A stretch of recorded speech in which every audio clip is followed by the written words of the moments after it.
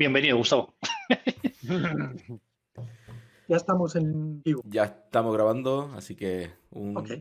Venga, empezamos. Sergio, qué gusto de volverte a ver. Te has jodido la intro de Alberto. Igualmente, Gustavo. Me ha encantado. Este señor me encanta. Te ha jodido la intro. A ver, es el maestro, yo no le puedo decir nada, esto es así. O sea, A ver, David, ¿cómo te ha ido en estos días? Vamos a quitar a Alberto del panorama, es un alma libre, yo no puedo hacer nada. Alberto, Él te es puedes ir a así. tomar un café y No luego puedes vuelves si controlar. quieres. Sí, perfecto. Gustavo, si no te importa, di que estamos en el capítulo 21 de La Resistencia. Bienvenido, buenas tardes y ya empezamos, ¿vale?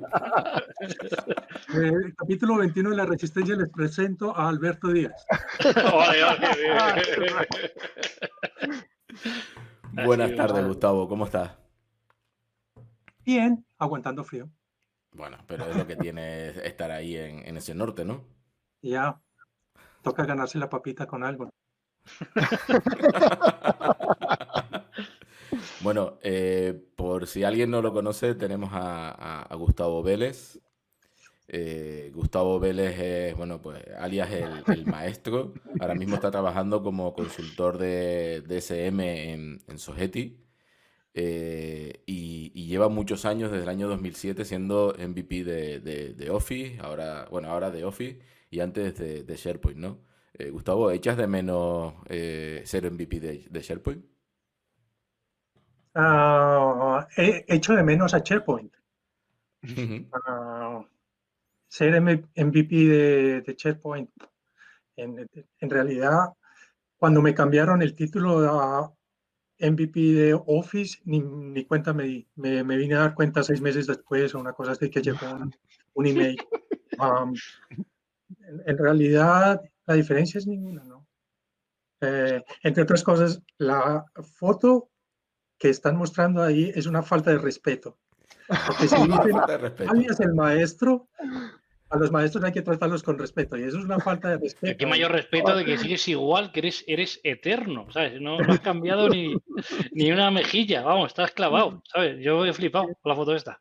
Vamos, Además, me pregunto cuánta gente de lo que puede ver este momento sabe qué es Link y qué es Camel. Lo de Link puede ser que sí. Sí, más fácil, sí. Lo de Camel lo tenemos más limitados a algunos que hemos Sí. sufrido en nuestras carnes SharePoint. Y el que sepa Camel, ¿quién sabe hacer Camel sin Camel Viewer? Eso ya es pregunta de quesito, ¿eh? Yo no me acuerdo, ya te lo digo. Bueno, por contar un poco de la foto, ya que hemos empezado por ahí, esa foto tiene 10 años. Ajá. Fue en un evento que hicimos en Málaga con Microsoft. Y Gustavo en uno de los días del evento pasó que una foto y dije, te tengo que sacar una foto porque es que la camiseta es impresionante. O sea, Camel es un lenguaje de consultas horrible que vive dentro de SharePoint y todos le pedíamos a Microsoft, por favor, déjame hacer consultas con Link a SharePoint, con Camel o con lo que sea, pero déjame hacer consultas. Claro, la consulta, la camiseta es muy buena, muy buena. Camel era una verdadera pesadilla. Y yo no sé, probablemente ustedes, los dos de abajo, David y Sergio, ustedes no habían nacido todavía. Cuando nosotros con SharePoint 2003 teníamos que modificar el Camel a pura mano, de página en página, para modificar la presentación, el layout de las páginas de SharePoint. Nacer había nacido, pero no hacía yo Camel en el 2003, ya te digo. Ni lo tenía planificado. Tenía otras prioridades de mi vida. O sea, esto que ven aquí no es falta de pelo, eso es inteligencia que se me ha salido de trabajar con Camel.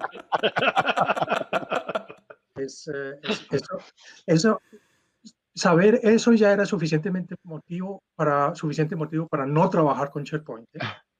Era un bloqueo, sí. Pero fue peor, porque pusieron luego Link You to SharePoint y fue casi mejor Camel, ¿no? Si no recuerdo mal. Entre otras cosas, LinkU desapareció ya. No, todavía existe, ¿no? Todavía existe. No pregunta Alberto que tiene una pregunta y se cabreó con nosotros sobre LinkU. Sí, todavía existe LinkU. Bueno, autor de infinidad de libros, cursos, conferencias, Yo tengo tu primer libro todavía guardado. No lo encontré, pero prometo ponerlo en las redes sociales, en Twitter. Un libro naranjita que salió en .NET Manía, aquella revista de tecnología que empezó a publicar libros por ahí. Y tengo tu primer libro en español, porque Ya. creo que antes habías publicado libros en inglés, ¿no? No, ese fue el primero de todos. ¿Ese fue el primero de todos? ¿No tenías Ya. ninguno anterior en inglés? En inglés empecé a escribir después. Después. ¿Qué te nació por escribir ese pequeño libro, esa primera guía de SharePoint? Yo escribí artículos, yo fui, bueno, primero .NET Manía, para mucha gente que no sabe qué es, .NET Manía era la revista de software técnico en España y en español. Y era más o menos la más conocida, no, era la única, no era la Sí, más la conocida, única. era la única. Yo empecé a escribir artículos para ellos sobre SharePoint en el 2004, una cosa así, que nadie sabía que era SharePoint. No existía información sobre SharePoint en español, entonces yo empecé a escribir artículos para ellos sobre SharePoint en español. Y después de unos meses, Microsoft hizo el contacto con .NET Manía para decirle que si alguien podía escribir un libro sobre SharePoint. Y como yo era el único que escribía artículos sobre SharePoint, me dijeron a mí. Y así nació el primer libro. Y me acuerdo que me costó un montón de trabajo escribir ese libro, que me gasté meses y meses haciendo, ¿cuántos? 50, 60 paginitas. Sí. Pero fue una experiencia interesante. El libro no valía la pena, porque era demasiado técnico. O sea, yo tenía el mismo problema que tiene Sergio con las conferencias de Sergio. Nadie entiende qué es lo que dice. Y en ese entonces, en el 2003, yo todavía era joven, así como Sergio. Entonces yo pensaba, no, es que tengo que decir cosas que nadie entienda para que así todo el mundo piense que soy muy inteligente. Como nadie entiende, Salió bien, ¿eh? y me funcionó el truco, fíjate. Lo malo es que Sergio intenta repetir el truco, pero no le funciona. No, a mí la cosa está muy jodida. Está muy jodida. Me he mejorado, Gustavo? Ya, como he dicho, una charla conjunta, ya lo disfrutarás. Así que... Entonces así nació el libro y fue el primero, y después me cambié a otra editorial, que es la de José Manuel. Crasis, ¿no? El Crasis, MVP, ¿no? Sí. yeah. Y con él publiqué algo así como 7 o 8 libros, y después han salido otros 3, o sea, ya van en 11. Genial. Tengo el placer de compartir contigo la dirección de la revista Compartimos, de la que eres fundador. Y tengo una pregunta de por qué español, por qué compartimos en español, qué es lo que estamos buscando con publicar contenido en español. Bueno, primero que todo, el nombre de Compartimos también es, ya prácticamente nadie sabe qué significa el MOSS al final. Es en SharePoint 2007 estaba dividido en 2 partes, que era el framework y MOS, que es Microsoft Office Service, y ya no me acuerdo qué era la otra. Microsoft Office SharePoint Server. SharePoint Server, eso. En algún momento nos juntamos con un amigo boliviano que vive ahora en Chile, y en una noche de tragos y juerga por medio de internet, alguno de los dos salió con la idea de que, oiga, ¿por qué no hacemos una revista? Y a los dos nos pareció buena idea, y la revista era sobre SharePoint.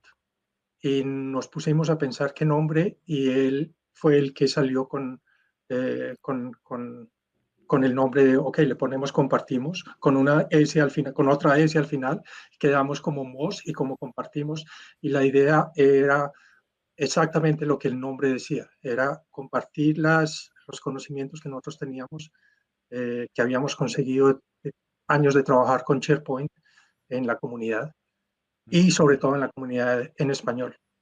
Estamos hablando de hace, ¿cuánto? 15 años más o menos.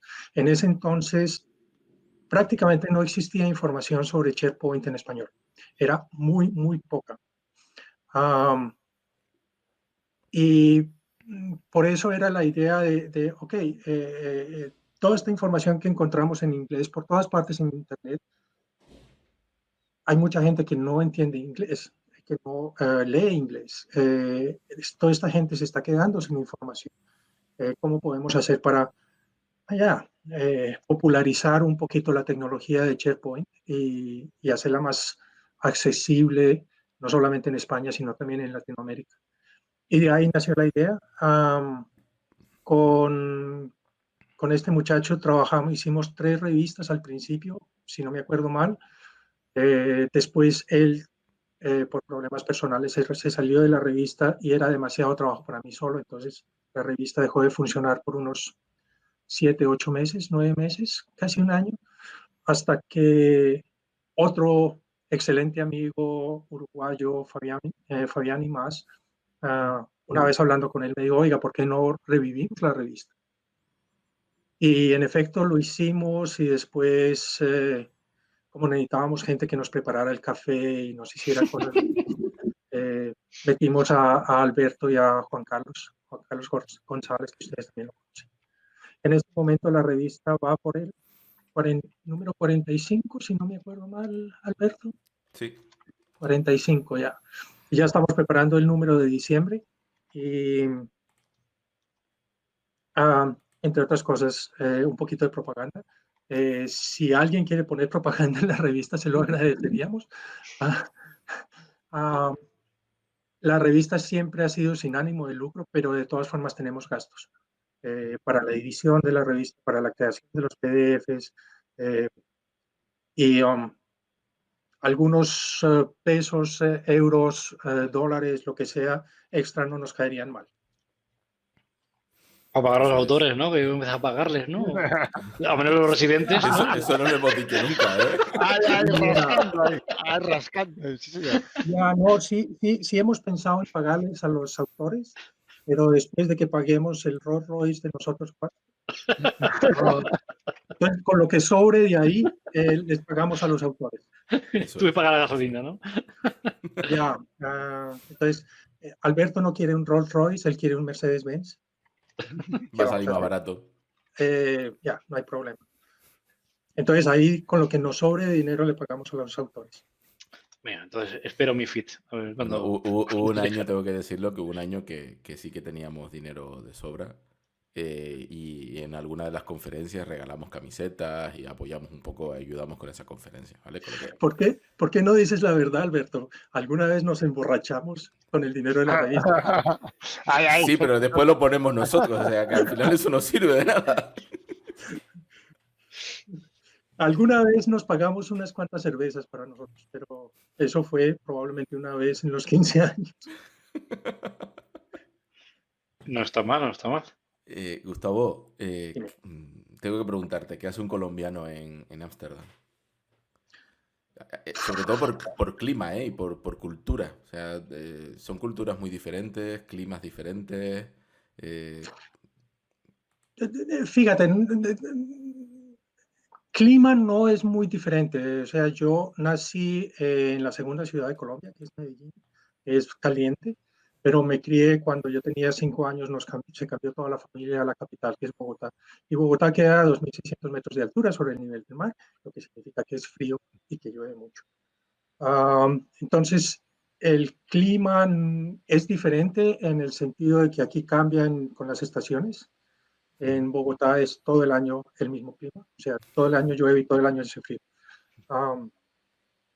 En cuanto a cultura, la cultura no es muy diferente. Es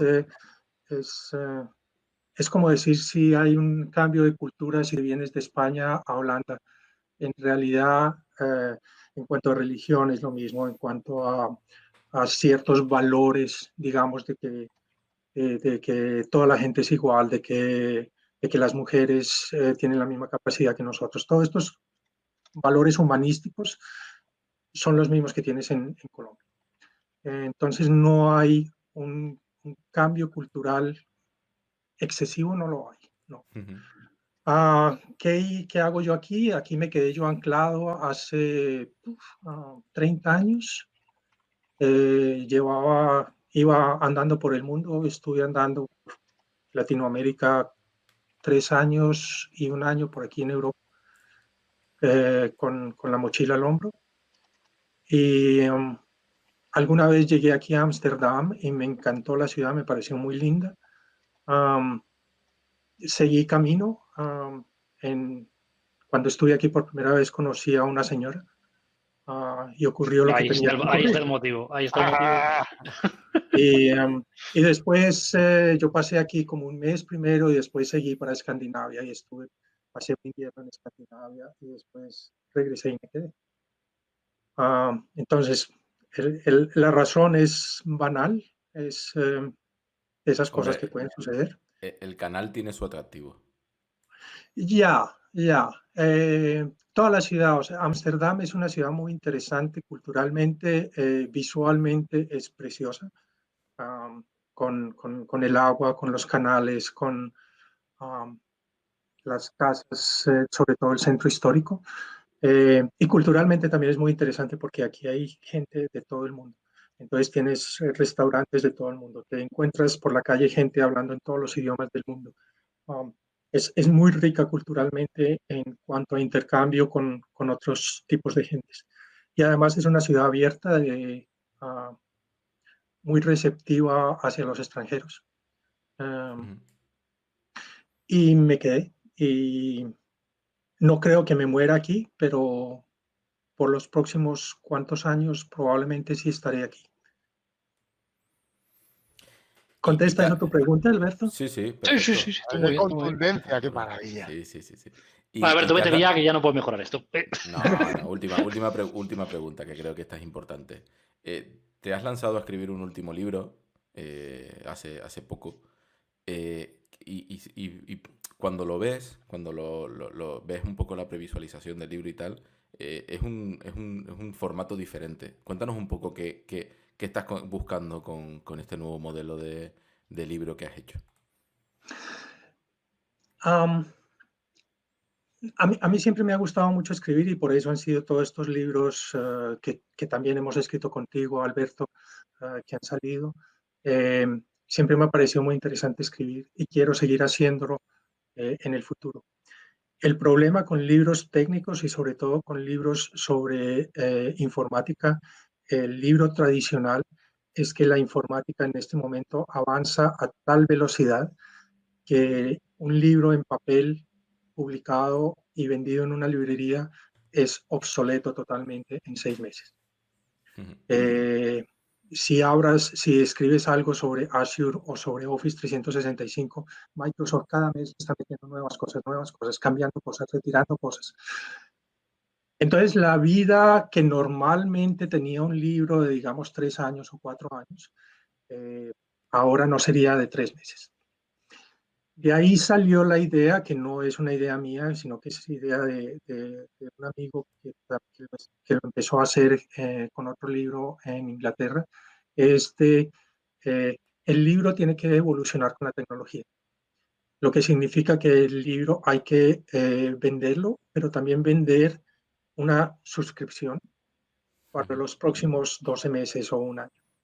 Y en esa suscripción se va adaptando el libro constantemente a las cosas nuevas que salen en la tecnología y a las cosas que cambian.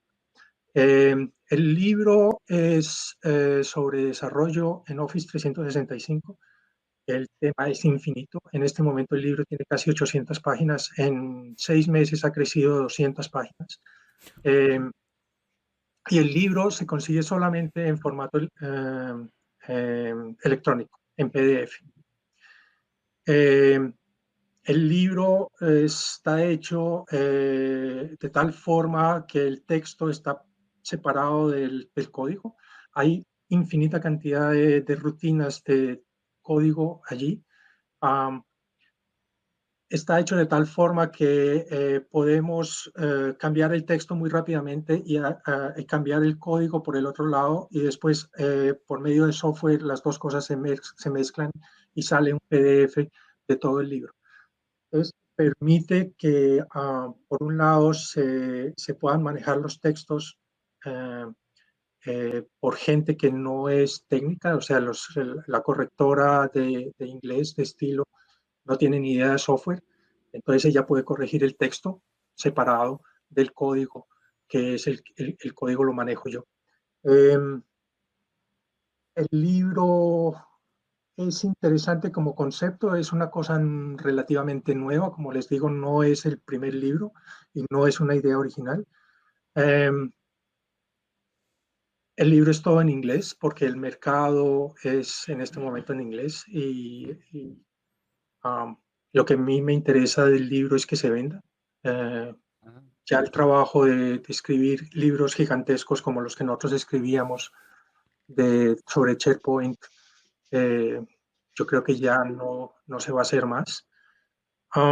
¿Qué más les puedo contar del libro? Gustavo, si es plataforma casi digital, ¿no? Que lo imprimáis en PDF, ¿no os habéis planteado hacer multidioma eso? ¿De alguna forma u otra? Para tener aún más mercado, no sé. Sí, no. Varias veces me han hecho la pregunta de si alguna vez sale alguna versión en español. Para mí es demasiado trabajo, porque el libro cuesta un montón de tiempo para escribirlo. Si tengo que hacer 2 versiones me va a costar también mucho más tiempo. Y además tengo mi trabajo normal de 8 o 10 horas que como tenemos todos. Entonces, en este momento es una cuestión de demasiado trabajo para mí. De pronto, en algunos años, cuando la situación de trabajo cambie, que tenga más tiempo para meterle a este libro, de pronto sí, en este momento no hay planes. En este momento los planes que hay es, por ejemplo, se le acaba de meter al blog, al sitio, se le acaba de meter un blog nuevo. Estamos pensando en poner el libro también en HTML, en el sitio del libro, de tal forma que no seas necesario que descargues el libro, sino que también lo puedes ver en línea. Algo así como es el sitio de Compartimos, que tenemos puedes descargar el PDF de toda la revista, pero también puedes ver los artículos en pantalla. Eso es algo que se está pensando en este momento. El libro, detrás del libro hay 4 o 5 personas. O sea, hay una editora de estilo en inglés, hay gente que se encarga del formato del libro, de todas las gráficas. Es un equipo grande. Bueno, grande no es, pero no soy, Hombre, no para soy un libro solamente solo, sí, yo. está claro. Y la idea también es que dentro de un tiempo, cuando yo tenga más tiempo y cuando tengamos más tiempo de publicar otros libros. O sea, no solamente que sea este libro, sino de que si alguien quiere escribir un libro sobre Ashibro, con la misma idea de que sea un libro que se está haciendo un update constante, de publicarlo en el mismo sitio, de tal forma que se vuelva una especie de editorial, no Hola. de 50 libros, pero sí de 3 o 4 libros. Que tiemble Juego de Tronos. ¿Y cómo la URL, Alberto? Compártela por ahí por pantalla. A ver Está si... en es gitaca.com, lo tenéis ahí al final de la biografía de Gustavo. Perfecto. Joder, pues genial. Y Bueno, tengo vamos. que decir, discúlpame, Sergio, Ah, escribiendo el libro me divertí un montón, como todos, cuando escribes un libro aprendes muchísimo. O sea, el libro no lo escribes para mostrar tus conocimientos, sino para aumentar tus conocimientos. Y es un montón de diversión escribir un libro y darte cuenta de la cantidad de cosas que no sabes, que estás aprendiendo cuando estás escribiendo el libro. Entonces es una aventura interesante si a alguien le interesa, ¿no? Saber. Dime. no. Sí, no te quería cortar. Luego te busco que acudes al libro tú propiamente, ¿no? Buscar información y demás, ¿no? Tanto vale también como, digamos, fuente de contenido, ¿no? Tengo que decir, el libro yo lo mantengo constantemente abierto en el computador, el PDF, porque es una fuente para mí de información para mí mismo. Entonces, por ejemplo, en el libro hay un montón de rutinas que yo llevo años escribiendo y utilizando para acceder a Graph por PowerShell. por ejemplo. Es una rutinas que siempre me tocaba buscar en el proyecto anterior a ver cómo lo había hecho. Ahora lo tengo todo en el libro. Entonces, yo sé, tengo que ir al capítulo de Graph y ahí está la rutina que he usado por 5 años. Entonces, yo mismo utilizo el libro constantemente y esa es la idea del libro. El libro no es un libro que te sientas por la noche a leerlo mientras la cena se está preparando. No, el libro es que, a ver, tengo que encontrar los documentos en una librería de SharePoint. ¿Cómo lo puedo hacer? Ya, yo sé que se puede hacer, pero ¿cuáles son las 4 líneas de código que necesito? Abres el libro y ahí están las 4 lineecitas que necesitas, las copias, las pegas y te sales, te ahorras 15 minutos de trabajo, pero de 15 minutos en 15 minutos en 15 minutos te ahorras un montón de tiempo cuando estás programando cosas con Office. Entonces yo mismo uso mi propio libro para eso. Y si ves la cantidad de tiempo que te ahorra, la cantidad de tiempo que le puedes ahorrar a tus clientes o a tu empresa con esto, dices, ya, vale la pena tenerlo. A pagar todo, macho. Que hay que empezar a leer todo. Office 365. Eso es. Yo cuando sea autor de su libro, así tengo un sueldo, así que... Ya. Les puedo hacer un descuento a ustedes 3 sin ningún problema. Por cada 100 clientes que me consigan, los invito a una cerveza. Tengo una mejor. Alberto paga el de los 3 y ya está. Alberto saca la gallina. Que está forrado, paso el jefe. Bueno, Gustavo, llega un momento que David y yo, este año la segunda temporada la hemos orientado a joder a Alberto y nos está gustando mucho aquí, David. Está dando los momentazos esto, ¿eh? Básicamente vamos a dar paso a una competición que vais a vivir tú y Alberto, como otros capítulos anteriores. La idea es que hagáis un pequeño quiz y 10 preguntas sobre la vida, tecnología o cualquier cosa que se haya ocurrido a mí o a David. Y la idea es que intentes quedar entre los 3 primeros para volver a sufrir la resistencia y ver un poco a final de año quién es el mega maestro, ¿vale? Como pone aquí todos contra Sifu, que Sifu es Alberto. ¿vale? Menos mal que no soy vengativo, porque si no... No, Ya, bueno. Totalmente. Esta semana lo bueno es que ya hay ranking, ¿vale? A partir de esta semana ya veremos quiénes son los 3 primeros. Gustavo, si no lo haces muy mal, tienes posibilidad de echar a Rubén fuera, ¿vale? Que es el único que ha perdido a día de hoy con Alberto. Leo, y el resto, pues, está la cosa más complicada, ¿vale? León y Rodrigo se quedan ganado por bastante. Pues nada, vamos a darle el chance a Alberto de que me gane. Suelo ganar a los pares. Lo que Tú pasa gánale, es que gánale. yo intento siempre no ganar al invitado, porque eso queda mal. Siempre es lo mismo y luego hay que admitir que Alberto se cabrea mucho, entra en revisión, nos ha hecho incluso revisar algunas preguntas porque dice que son erróneas. O sea, esto sucede semana tras semana y la aguantamos toda la semana de postproducción. Toda la semana de postproducción avisando, diciendo esto no era así, porque esto no está bien redactado. ¿Sabéis qué ha pasado, He tenido que poner a David a documentar oficialmente las fuentes, pues si no luego, claro, la Wikipedia no le vale al señor. Bueno, el código lo veis en pantalla, 6603842. Cuando estéis dentro me avisáis y arrancamos aquí el bicho. Espero Como que ya las sabéis, preguntas estén bien escritas, sean específicas. bueno, yo espero algún acento por ahí se me habrá escapado seguro, porque tampoco tengo mucho tiempo. Me hace falta editores, como tiene Gustavo en la revista, que aquí no los tengo.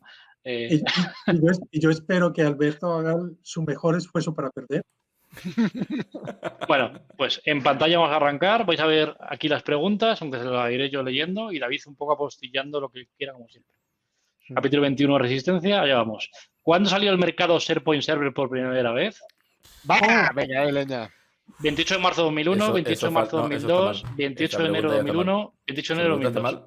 ¿Por qué? mal? ¿Ya está? ¿La primera al bar? No puede ser. La primera al bar, tío. SharePoint Server no salió en esa época. Joder, pues tendría que cambiar también fuente, macho. Mira que poner Microsoft, se ha equivocado. Bueno. Windows SharePoint Service puede ser, pero SharePoint Server no salió en esa época. Madre mía, Bueno, Alberto. Como ya los dos, la damos por nula. Ya no puedes joder la quiz de primera, Alberto. Luego buscamos porque David no se tendrá por ahí, pero Gustavo, yo lo he buscado y salen varios sitios. Espera. Gustavo, ¿SharePoint Server salió en el 2003? No era SharePoint Server. No, 2001. 2001, da igual, no salió, no era SharePoint Server. No era SharePoint Server. ¿No se llamaba así? Era SharePoint. Era Windows SharePoint Services, como mucho. Ya. WSS, como mucho. En realidad, si queréis, luego... ¿Cómo se llamaba? ¿No? Luego, si queréis, tengo por aquí una imagen que igual me he equivocado yo, pero bueno, no lo voy a poner aquí en pantalla ahora. 0-0, si no luego buscamos esa pregunta. Estoy en ello. ¿Está en ello? Ahora, Venga. sí, dale. Vamos a aclararlo. Venga, siguiente pregunta. ¿Qué servicios cognitivos se anunciaron en el Build 2015 con el proyecto Oxford? Oye. Face, Speech, Computer Vision Language Understanding, Luis. Cognitive Search, For Organizer Custom Vision o Video Indexer. Me voy por mi favorito. No sé quién ha fallado, quién ha acertado. Vamos a verlo. Alberto ha vencido. Tiene razón, Alberto, es la primera, ¿vale? Era el Speech, el Face API y el Vision y el Luis. Los otros más modernos, ¿eh? Aquí no hay... Lo he sacado del Build de 2015, ¿eh? O sea, que no me jodas, que ya estamos aquí con el bar. Pero eso es de Cognitive Services. ¿A qué versión de SharePoint te recuerda el código de la imagen? No sé si lo veis, está un poco pequeñito. Bueno, pone ahí algo de un WebPar, More 2007, SharePoint Line, SharePoint 2010 o cualquiera de las anteriores. UI Control WebPar. La Pone verdad, arriba. tengo 25% de acertar porque no veo qué es. Pone UI Web Control WebPar, una WebPar visual. WebPar visual. Shit. Se le ha ido el botoncito. Tenía trampa, que está un poco pequeño. Joder, Evidentemente, SharePoint 2010. ¿vale? Es que no se ve. En las pruebas se veía clarísimo, ¿eh? Se veía muy clarito. Pero Es no que me- igual a pasarlo por la pantalla se ve un poco más pequeño. Pero si no lo leo yo, ¿vale? El siguiente. O sea que ¿Cuál no es el primer número de la revista Compartimos subido en la actual web? Primer número, ¿eh? Julio 2018, septiembre 2010, abril 2008, abril 2010. Esto, lo que está subido en la web, ¿eh? Yo no sé si luego habéis tenido más formatos. No empiezas a buscar el bar, ¿eh? El que hay subido a día de hoy, ¿eh? Esto apesta a bar. Ahí falla los dos. Abril 2008, subido por vuestro portal, ¿eh? Como director. Yo lo siento. Son muchos años del 2008, ¿eh? Bueno, hay que echar memoria. Vais a tener la peor puntuación de la historia del quiz de la resistencia. A ver, ¿qué país de América del Sur tiene costa en el Océano Pacífico y en el Mar del Caribe? Trinidad y Tobago, Costa Rica, Colombia o Cuba. En el Pacífico y en el Mar del Caribe. ¿Quién ha fallado? Yo. No, espero que no sea Gustavo. Era Colombia, evidentemente. Gustavo, remonta la situación. Venga, 6 de 10. ¿Cuántos canales podemos encontrar en Ámsterdam? Está la hostia. 160, 240 o 10. Ninguno de los cuatro. Hostia, toma, otra. Toma. Que tenemos Esto lo busca en la página oficial de Ámsterdam, ¿eh? Igual está mal, pero no sé. Toma, otra. ¿Quién ha Otro acertado? manual. Gustavo ha acertado. Yo he encontrado 160, ¿eh? Si hay alguno más no registrado. No. Esta anúlala. Es que así no se puede. No, es que así no puedo ganar. Alberto, que se ha acertado igualmente. Se ha jugado hasta con el fallo. Pero que así no puedo ganar. Alberto. Me vas a quitar la única pregunta que he tenido buena. No te piques, que vas perdiendo por bastante. Venga, a ver, Gustavo, vuelve. ¿En qué año se publica SPFX? 2016, 2012, 2018, 2019. Y está en vuestra revista también, ¿eh? Sí, claro, no. Y en 2016 y en la web de Microsoft. 2012. Uy, ¿quién ha acertado? Gustavo. Yo. Gustavo es on racha, ¿eh? On fire. Muy bien, muy bien. Siguiente pregunta. ¿Qué detecta Gustavo Vélez en su último artículo de Compartimos? Anomalías, umbrales de bibliotecas, fotografías, autores de un documento. Eso es trampa, ¿eh? Porque Alberto no tiene ni idea. Que conste que me leo tus artículos. Esto es una prueba de fuego. Muy bien, muy bien. Estas preguntas son muy finas. Esto creo que es la primera vez que lo metemos, ¿eh? Espera, que hay más, ¿eh? Vamos a mejor. ¿Cuál es el primer artículo subido por Alberto Díaz que compartimos según la web? Ahora te he jodido, Gustavo. Uno de gran paso para diseñadores web con Design Manager, renderizado del lado del cliente, Azure Information Protection o contenedores en Azure. Se pilla, ¿eh? Muy bien, los dos, Muy bien. Design Manager, muy bien. Ya, yo pensé. Y la última, ¿a qué libro hace referencia esta imagen? Sale por ahí una especie de melón, ¿vale? SharePoint 2010, es solo vuestro, ¿vale? 2019, 13 o 16, principio a fin. Yo sé que las frutas no las controláis porque lo ponéis a voleo, seguro. Hostia, son todos melones, pero Son no me acuerdo de eso. Decir una. ¿Has robado una? Son todos melones, pero... Se la ha ido. Demasiado tarde. Ninguno de los dos. 2019, ¿eh? Ahí está. Mira. Entonces, No mentimos, que es vuestro libro y está ahí los dos melones. En las primeras páginas habla de qué melón, de qué tipo de melón es, ¿eh? Espérate un segundo. Cosa que por lo que veo lo escribe el editor y no vosotros, ¿no? No. A ver, lo seleccionamos. El editor nos pasa algunas propuestas y nosotros seleccionamos entre todos qué melón es el que queremos que aparezca, ¿no?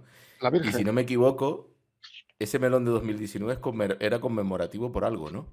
Ya, de la muerte De la muerte de Ricardo. Tenía algún significado porque era un melón de Costa Rica. Fruta cubierta en homenaje a Ricardo Muñoz. Los autores han escogido como fruta de la portada un pepino melón. Fruto muy sensible al transporte, por lo que resulta difícil encontrarlo en otros mercados que no sean Chile, Bolivia, Perú o Ecuador. Se cultiva desde hace miles de años en Sudamérica, tiene forma ovalada, 10-15 centímetros, y es dorado con vetas de color púrpura. Fruta muy dulce y refrescante. Muy bien. Ahí. Sí. Ricardo es de Chile y por eso seleccionamos ese melón. A partir de las preguntas las vamos a tener con libros gráficos y por favor, porque hay 3 o 4 de hoy que no son buenas. Bueno, hoy me he dado cuenta de una cosa. Evidentemente te ha pegado una lijada, Gustavo, que yo creo que se va a poner hasta el primero. ¿Eh? Vamos a ver aquí. Pues 2000 puntos aquí, señor Alberto. Es la peor puntuación de Alberto, yo creo, en siglos. Uy, está por ahí, ¿eh? Va a estar por ahí Gustavo. 1300. Suma Alberto. Suba por ahí. 2, 6. 3987 menos 2641. 1346. 1346, ¿no? No, se pone tercero. Vamos a ver. Que hay que evidentemente editar esto. Si me deja verlo. Vale. Lo edito un momento. 1396, ¿no? 1346. 46. Pues se pone tercero por muy poquito, ¿eh? Lo vamos a poner aquí otra vez en pantalla. Luego ya lo recolocamos. Pero sí, te vas a quedar por detrás de León y Rodrigo, pero Gustavo, muy buena puntuación, ¿eh? Para volver aquí a dar por pelo a Alberto. No, quedó de tercero. No puedo ganarle a los invitados. No está mal, no, pero me da cuenta de una cosa que la peor puntuación que me he hecho nunca. O sea, si os pregunto sobre vosotros, falláis. Si os pregunto cualquier cosa de tecnología, acertáis. Me lo voy a apuntar eso. Sí, porque he preguntado vuestro libro, vuestras revistas y vuestro mundo. Eso lo tienes que preparar. Bueno, chicos, enhorabuena, Gustavo, ¿eh? Muy bien. Está divertido. Me alegro mucho. Ha estado bien. Alberto se ha picado como siempre. Alberto, al siguiente le va a meter una lijada que vas a flipar al siguiente. Siempre, Alberto lo ve ganar. Por eso me lo preparo, ¿eh? La próxima Sí, no. Es que cada vez esto va más y Alberto se cabrea mucho. Además, lo peor es que él es el que entrena y sigue perdiendo. Pobre hombre, así que... Así que, vale. Bueno, chicos, pasamos a hablar con Gustavo de ahí en Office. Sí. 365. Gustavo, ¿por qué es el momento de la inteligencia artificial en Office 365? ¿Qué ha cambiado? Porque es el momento de la inteligencia artificial en todas partes. O sea, es el término de moda en todas partes. Como saben, en informática y en todas las tecnologías, hay un tema de moda de un momento a otro, que todo el mundo habla de eso, que todo el mundo quiere trabajar con eso. Y ¿conocen la curva de la decepción?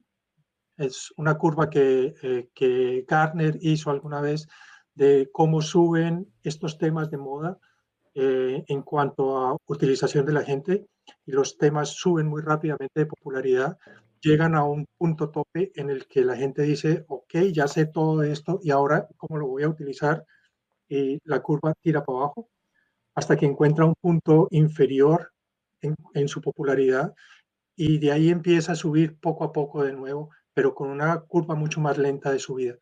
Y eso es cuando se empiezan a encontrar realmente las aplicaciones que pueden hacer uso de la tecnología. Inteligencia artificial está en este momento en la primera parte de la subida de la curva, que sube muy rápido. Todo el mundo habla de inteligencia artificial, de la misma forma que hace años hablaban de cadenas, de datos, de Big Data, de todas estas cosas. ¿Se acuerdan de bots? hace 5 o 6 años que todo el mundo trabajaba con bots y todo el mundo quería hacer cosas con bots. Ahora ya nadie lo utiliza. Hay cosas en Office, hay muchas cosas en Office que no son nada inteligentes. SharePoint es probablemente el mejor ejemplo de todo. SharePoint es el software más estúpido, más tonto, más bobo del mundo. Lo que hace SharePoint es 2 o 3 cositas y las hace muy bien hechas. SharePoint te sirve como un contenedor para meter documentos. Te sirve para, para mantener las versiones de esos documentos y para asegurar que los documentos puedan ser vistos y manejados por ciertas personas y por otras no. SharePoint lo hace muy bien. Son las 3 o 4 cositas que el software tiene que hacer y lo hace muy bien. Decir que lo hace de forma inteligente, no lo hace de forma inteligente. Lo mismo podemos decir de Word. ¿Qué es Word? Word no es más que un Notepad con más posibilidades. ¿Es inteligente Word? No, yo tengo que escribirle todo lo que quiero que aparezca allí. Entonces es el momento de que apliquemos o de que Microsoft aplique ciertas tecnologías para tratar de que el software se comporte de una forma más, yo quiero decir inteligente. Ok, comencemos por decir qué es inteligencia artificial? ¿Qué es inteligencia artificial?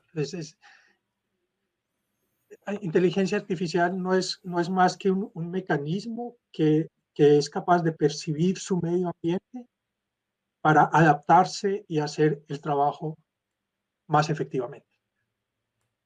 La parte de artificial está bien, pero la parte de inteligencia no está bien, porque la parte de inteligencia presume que tiene ciertas características que la gente, que nosotros sí tenemos, como por ejemplo intuición. Software no tiene intuición. Valoraciones estéticas. Nosotros podemos decir que esto me gusta y esto no me gusta, y ustedes 3 tienen su propia opinión al respecto y podemos discutir sobre eso. Eso no lo puede hacer el software. Tiene valoraciones morales también, de qué es bueno y qué es malo el ser humano. Eso no lo tiene el software. Entonces, el término mismo para mí está en cierta forma equivocado. Si lo definimos como solamente un almacén artificial, inteligencia artificial es un almacén de un montón de acciones que la gente misma hace y que por medio de estadísticas se intenta sacar que es relevante. ¿Es eso inteligente?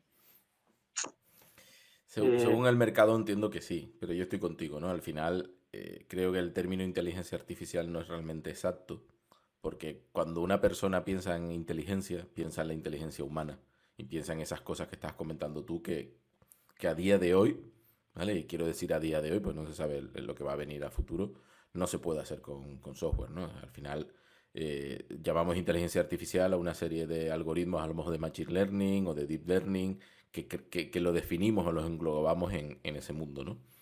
Pero realmente no es así. Ya, entonces, si partimos de esa definición, en realidad no le estamos pidiendo a los productos de Office que puedan tener intuición, por ejemplo. Eso no se lo podemos pedir porque no es, como estamos de acuerdo con Alberto, eso no existe en computadores y en software en este momento. En este momento, de pronto dentro de 100 años sí, pero en este momento no. Entonces, de lo que se trata en Office es de darle esa capacidad de analizar inmensa cantidad de acciones humanas para definir, para refinar cierto output del software mismo. Entonces, ¿qué podemos hacer con inteligencia artificial? Podemos hacer, por ejemplo, que reconozca texto. Podemos hacer que traduzca texto de un idioma al otro. Podemos hacer que reconozca imágenes y saque ciertas propiedades de las imágenes. En esta imagen hay una persona, en esta otra imagen hay una mesa. Eso no lo hace el software porque es inteligente. Lo hace porque le hemos metido millones y millones y millones de imágenes y le hemos dicho en cada una de esas imágenes, esta es una persona y esta es una mesa, esta es una persona y esta es una mesa. Después de miles de millones de veces de hacer eso, el software es capaz de estar consciente de su medio ambiente. Eso no es inteligencia realmente. No lo ha hecho él solo, no ha aprendido él solo, porque él no va a ir a buscar una imagen nueva y dirá, esto lo voy a llamar Pepe, pero tú realmente sabes que es una mesa porque has visto millones de mesas en tu vida. Es decir, si yo te pongo una mesa con forma de melón, tu primera percepción dirá, pues esto es una fruta. Tú dirás, no, mira, es que es una mesa porque yo la uso de mesa. Me refiero que tenéis razón en todo lo que estoy diciendo, pero sí que creo que hay cierta inteligencia en el sentido de que hay un aprendizaje. En ese caso de servicio. En el resto estoy con vosotros, ¿eh? Que son más automatismos, algoritmos autómatas, pero en este caso en concreto, la parte de visión y demás, a mí sí me parece que al final él mismo se autoentrena realmente. Al final, contra más información coge, mejora el algoritmo. Hay mecanismos de machine learning que mejoran con sí mismos. Hay algoritmos que se autoentrenan, hay otros que claro, no. El único caso es que estoy un poco en contra de esto, que creo que sí es. No me parece una gran cosa. No sé, yo tampoco quiero que sean inteligentes los sistemas, porque somos ahora mismo la cadena de la, ¿cómo se dice? La cabeza de la cadena alimenticia. No sé qué pasaría si un ordenador pensara por mí. Pues igual me mata, ¿no? O me echa de casa, porque ya no soy necesario. No. Pero bueno. No, fíjate, el punto que tú tomas ahora, Sergio, es tú no eres el único. Tú estás en buena compañía con Stephen Hawking, con Elon Musk, inclusive con Bill Gates. Todos han dicho inteligencia artificial, tenemos que tener cuidado porque puede ser peligrosa. Sí, puede ser peligrosa. Podemos hacer estos drones, estas armas automáticas, estos aviones automáticos que sin ninguna intervención humana empiezan a matar gente. Eso es inteligencia artificial. Entonces, ¿es peligroso? Sí, es peligroso. Podemos hacer todos estos algoritmos para identificar gente y hacer discriminación. O sea, decir, este es blanco y este es negro, a este lo dejo entrar y a este no. O cosas tan sutiles como almacenar inmensas cantidades de datos, que es lo que es Facebook y Google y todo esto, para que ellos sepan más de lo que sabe tu mujer sobre ti. O para hacer cosas como, por ejemplo, entregarle esos algoritmos a aseguradoras, de tal forma que diga la aseguradora, hey, esta persona dentro de 5 años va a tener cáncer y el tratamiento de ese cáncer me va a costar tanto dinero, a esta persona no le doy un seguro de vida o no le doy un seguro de salud. Entonces, todas esas cosas existen y pueden ser peligrosas, pero lo podemos llamar inteligencia, ¿no? Es la manipulación de inmensas cantidades de datos de forma estadística, con algoritmos muy sofisticados. Y en cuanto a que hay algoritmos que se modifican a sí mismos, ya es lo mismo. ¿Por qué se modifican? No se modifican porque el algoritmo piensa que es mejor hacerlo de esta forma, sino porque la cantidad de masa almacenada de datos indica que la tendencia es hacia ese lado. El software no es capaz de intuir qué va a pasar con las elecciones del año, de dentro de un mes en Estados Unidos. O sea, ese sentimiento que tú tienes en el estómago a veces cuando estás en una situación que tienes diferentes caminos para escoger y escoges este solamente porque tu barriga te dice que escojas ese, eso no lo hace un software. Eso no lo puede hacer el software. Y a día de hoy yo creo que el principal hándicap es que no evoluciona, porque tú como persona seguro que hoy piensas distinto hace 10 años y pensarás distinto dentro de 10 años. El software, yo no soy muy matemático puro, he hecho en ingeniería, pero no sé si hay algoritmos que crean algoritmos, es lo que me quiero referir, porque al final, depende cómo sea tu entorno, tú tendrás que evolucionar tu forma de pensar. Porque seguramente un software de hoy, dentro de 15 años, pues a lo mejor no tiene sentido ya archivar documentos. ¿Para qué? Si a lo mejor todo lo hacemos por vídeo o lo hacemos visual. No sé hasta cuándo vamos a tener Word. Digamos, cada vez hay gente que imprime menos. Igual hay cosas que van a tomar por saco. Pues eso es el software que vale muy bien para hacer PDFs, igual dentro de 10 años no vale para nada. Da igual, al final, si tú tienes, imagínate que tuvieras algoritmos que fueran capaces de desarrollar otros algoritmos.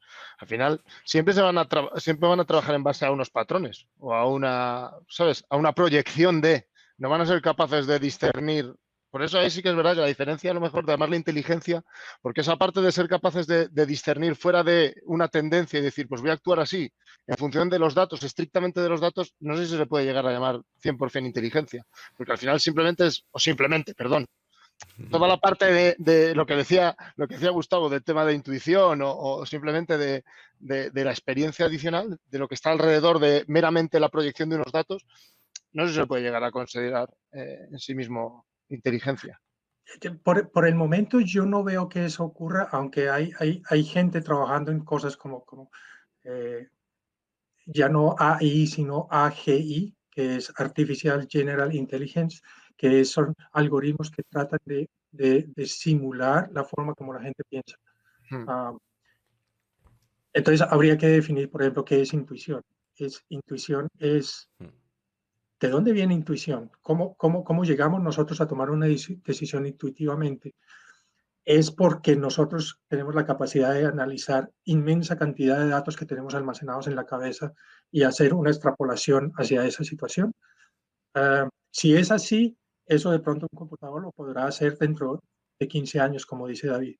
En el momento no lo puede hacer. Si no es así y nuestro mecanismo de intuición no está basado en la experiencia que tenemos, sino en otra serie de factores desconocidos para nosotros. Mientras no sepamos cuáles son esos factores, no vamos a poder programar un computador para que haga inteligencia artificial. Os recomiendo ver un documental de Go, ¿vale? Hay un juego, creo que es oriental, ¿vale? Que son como si fuesen unas fichitas de dominó, pero no es exactamente el dominó, que se llama Go, ¿vale? Hay un documental de un equipo que desarrolla una inteligencia artificial para ganar ese juego, ¿vale? Dicen que es un juego muchísimo más complejo que el ajedrez, ¿vale? Muchísimo más complejo. Y el documental es muy, muy, muy interesante. No os lo voy a contar porque creo que hay que verlo, pero sobre todo el cómo consiguen que el algoritmo llegue a ganar partidas de Go con los mejores maestros del mundo. Es muy, muy, muy interesante. Ya, y eso funciona hasta el momento en el que sale un jugador brillante, como es el jugador este de ajedrez que hay ahora, el noruego, Lars, se me olvidó el nombre, que el tipo no hay computador en el mundo que le gane. O el tipo juega de una forma tan intuitiva que no hay ningún algoritmo de ajedrez que sea capaz de ganar. El tipo no tiene, no funciona mentalmente en forma de teorías de apertura y teorías de medio juego y teorías para terminar la partida, como funcionan todos los ajedrecistas del mundo y cómo funcionan todos los software que son basados en cómo funcionan los ajedrecistas del mundo. El tipo funciona de una forma completamente diferente que nadie tiene ni idea cómo funciona. Él es el campeón del mundo desde hace 6 o 7 años. Y simplemente en este momento no hay quien le pueda ganar al tipo porque el tipo funciona de una forma diferente. Eso es inteligencia. Sí, es imprevisible, ¿no? Al final no puedes... No sé. No es previsible. Al final el algoritmo lo que hace es calcular un montón de probabilidades y de posibilidades para saber cuál es la jugada o las jugadas que tiene que hacer para poder ganar, ¿vale? Pero por eso os digo de que veáis este documental, porque en este documental realmente la máquina gana porque empieza a hacer jugadas impredecibles. O sea, tiene un comportamiento no matemático, no esperado por una máquina, y es capaz de ganar porque hace lo mismo que está haciendo a lo mejor el cerebro de este noruego, ¿no? De jugar de forma diferente. Exactamente al contrario, o sea, y desconcierta los algoritmos y los pone en pánico y no saben, al tipo no hay quien le gane en este momento, no hay simplemente, y es un muchacho de 25, 26 años. Pero esto ocurre con estos genios que piensan de forma diferente. En cualquier caso, regresando al tema de inteligencia artificial en Office, probablemente a lo que ustedes se quieren dirigir es hacia el proyecto Cortex y Syntax y todas estas cosas. Perdón.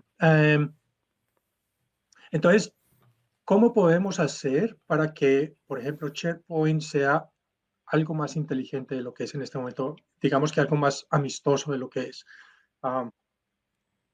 Eso fue lo que Microsoft se sentó a pensar un día y dijeron, a ver, en este momento tenemos en Azure todos los servicios de Cognitive Service, que son servicios para reconocer imágenes, para reconocer textos, para reconocer escritura a mano en textos, para reconocer voces de personas.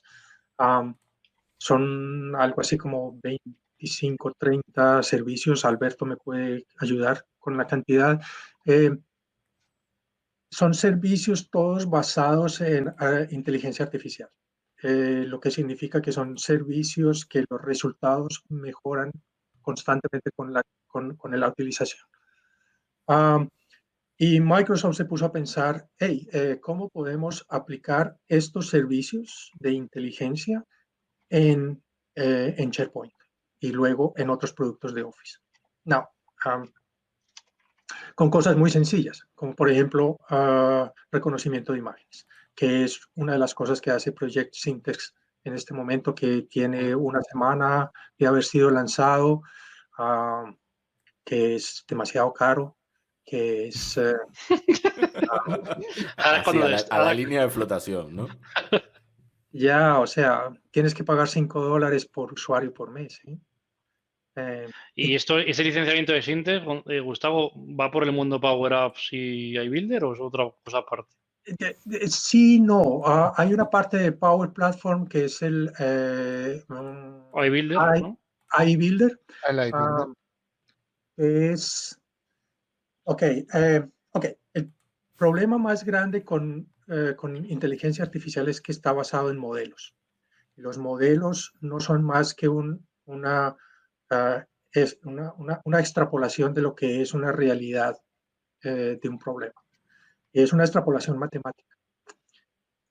Y los modelos de inteligencia artificial son extremadamente difíciles. Para que inteligencia artificial funcione bien, tiene que tener un modelo matemático muy bueno.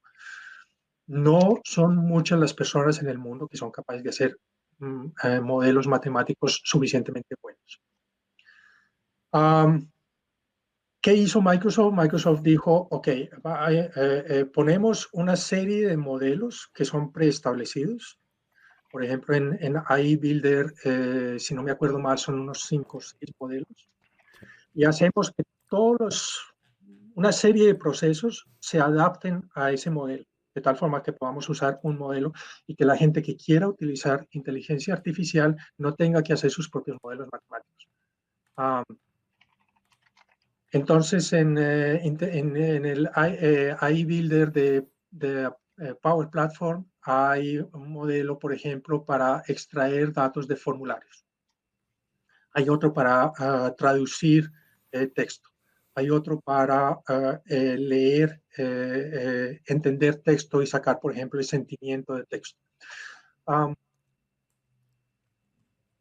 Esa es la relación que hay entre la Power Platform y los Cognitive Services de ahí, porque todos estos servicios son basados en los servicios del Cognitive Service de Azure. Y Syntex proyecto Syntex de SharePoint está basado muy fuertemente también en el iBuilder de la Power Platform. Entonces, regresando a Syntex, ¿qué podemos hacer con Syntex, por ejemplo? Podemos tener una librería con facturas, llena de facturas. Tenemos miles y miles de facturas allí. Y podemos entrenar a Syntex para decirle, siempre que encuentre a 2 centímetros del lado izquierdo y a 1 centímetro de arriba, el texto que va a encontrar allí, esa es la fecha de la factura.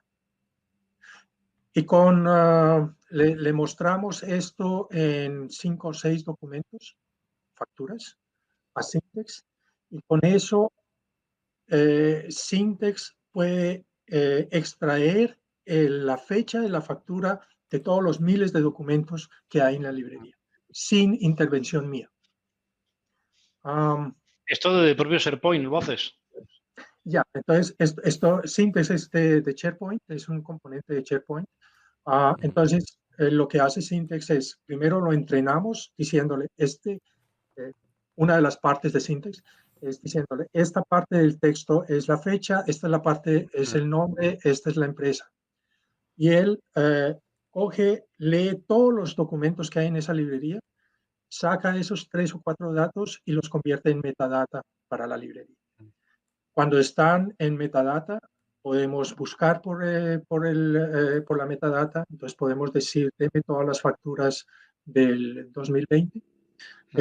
Lo podemos organizar por medio de folders, de vistas, podemos asignarle propiedades para que sea encontrado, la información sea encontrada más rápidamente por medio del motor de búsqueda.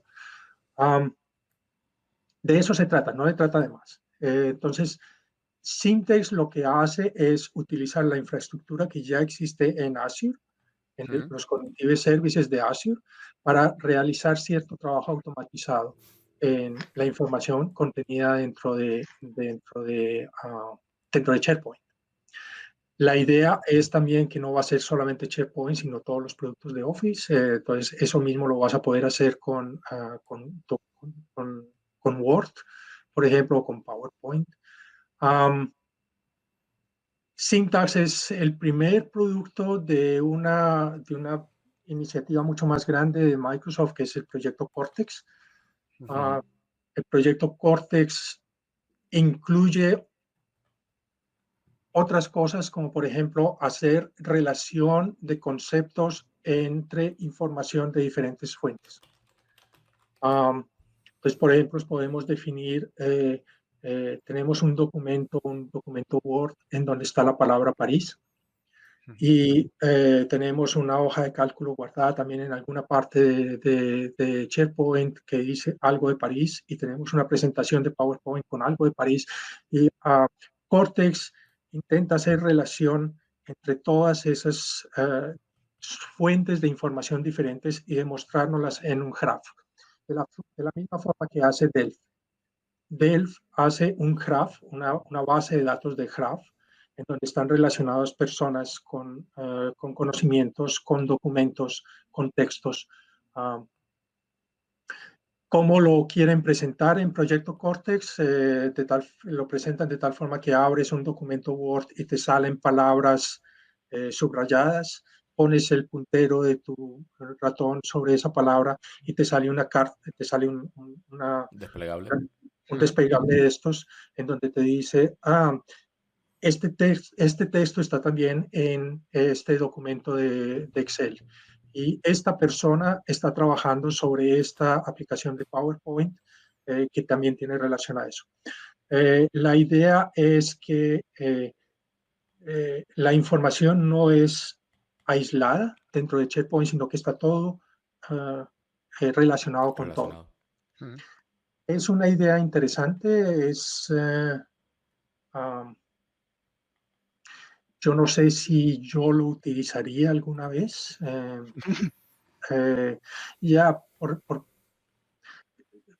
Yo tengo que verlo funcionar primero. O sea, a mí lo que me raya es que estoy viendo, mientras que me ha gustado lo he mirado, porque yo imagino que tendrá algún sentido. O es por el equipo de producto, porque Syntex lo que estoy viendo es que te genera cada modelo, es un tipo de contenido y te lo almacena en SharePoint, lo que son los modelos de resultados.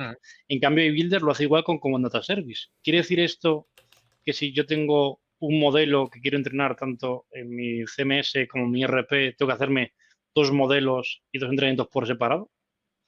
Porque al final lo que estoy viendo es que no se van a poder compartir, lo cual eso no sé hasta qué punto es bueno. En algún momento tendrán que unificarlo. Son servicios separados y entiendo que los tendrás que entrenar por separado. Yo creo que es un paso atrás. Podrían haber elegido un modelo de datos común para poder inyectarlo en cualquier producto de Microsoft, porque al final me sale más rentable hacerme a mí conforme con Azure, me hago mi modelo, lo dejo en Azure y lo uso en todas las aplicaciones, porque si uno que está entrenando 20 veces... Si pensamos solo en formularios, sí. Ya, aquí lo que estamos pensando en clasificaciones o en... Estamos pensando más es cuál es el futuro de SharePoint, por ejemplo, y cuál es el futuro de PowerPoint y de Word y de Excel. Microsoft está haciendo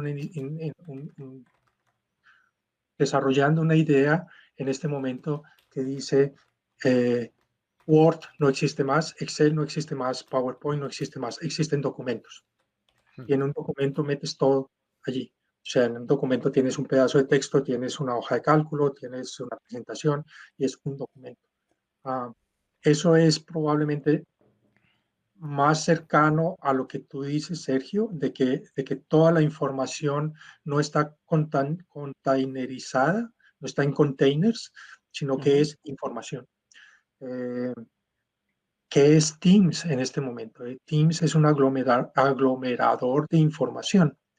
Que Teams está tan chiquito todavía, tan niño, que todavía es un container de containers. Todavía no han sido capaces de o no han querido hacer relaciones entre